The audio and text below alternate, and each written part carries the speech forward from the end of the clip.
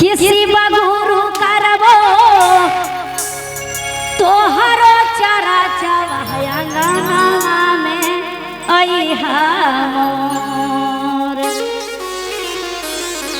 हमारा पति जी पर रखिहा ध्यानवा भजनवा करहबो रोज।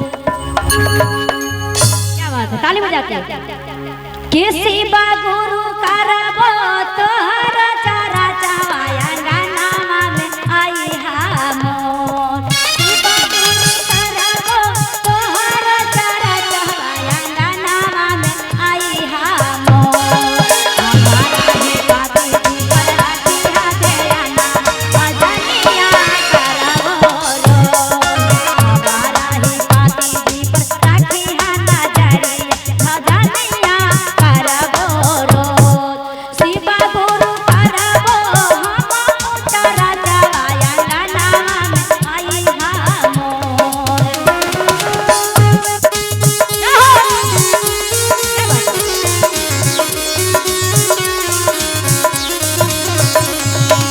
शिव गुरु करबो तोहर चरा चवहयंगना में अइहा मोर हमारो ही पति जी पर रखिहा ध्यानवा भजनिया करबो रोज। हमारा ही पति जी पर रखिहा ध्यानवा भजनिया करबो रोज। जय हो। क्या बात है,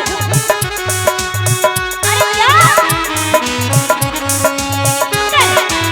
आवा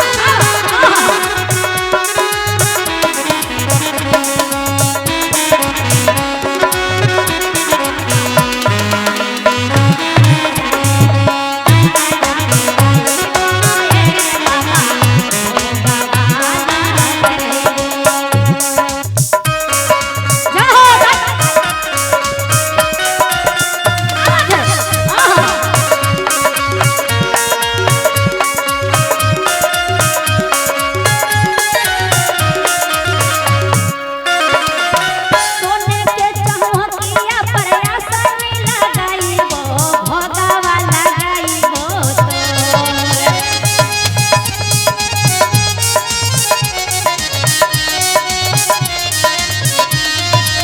सोने के चौकिया पर आसन लगाइबो भोगवा लगाइबो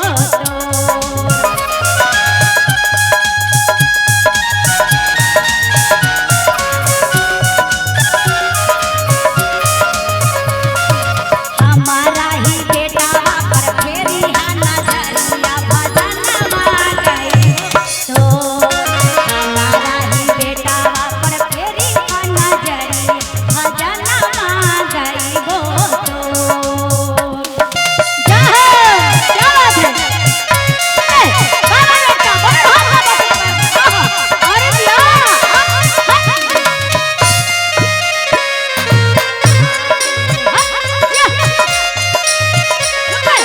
क्या बात है, बाबा बेटी बड़ा बाबा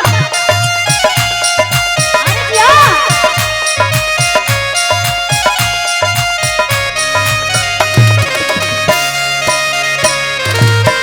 क्या बात है।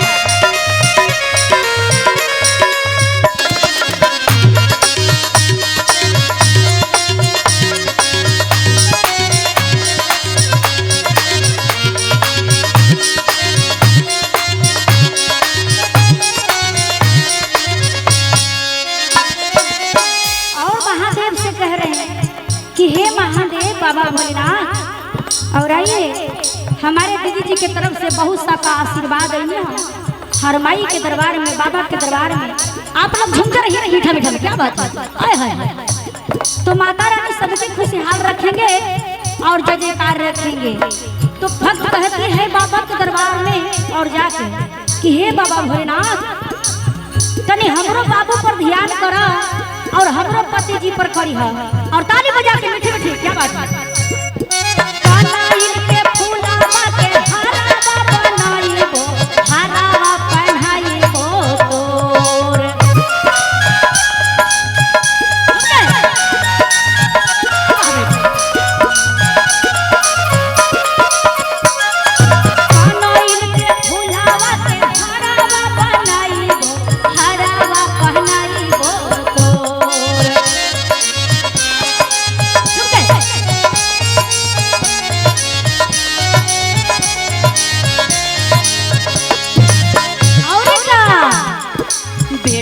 बेटिया पर हमारो फेरी नजरिया भजनमा करब तोर बेटिया पर हमारो फेरी नजरिया भजनिया करब रोज जाहो क्या बात है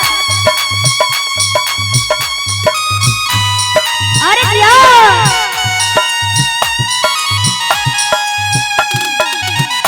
बना रहा बाबू पीछे वाली दीदी बोलिए शंकर भगवान की अरे दिया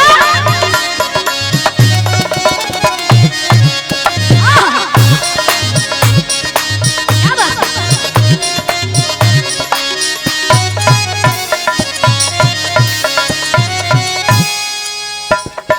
शिव गुरु का रहबो तोहर चारा चवाया नामा आई हारो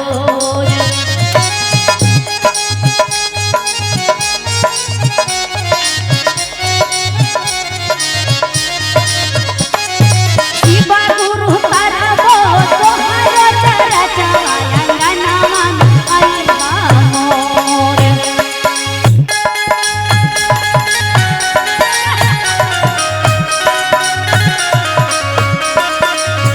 कंचन पर तो हूँ राखी हाथे या नामा भजनमा गई रोज काजल पर तो हूँ राखी हाथे या नाम चरा चहवा करबो रोज बहिनन पर करे तो हूँ जे या नामा भजनमा करबो रोज भैयन पर राखी हा तो हूँ जे या नाम भजनिया करबो रोज भैयन पर राखी हा तो हूँ नजरिया भजनमा करबो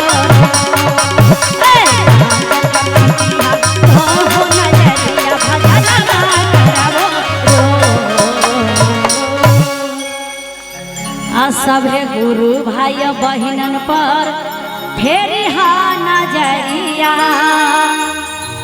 भजनिया गई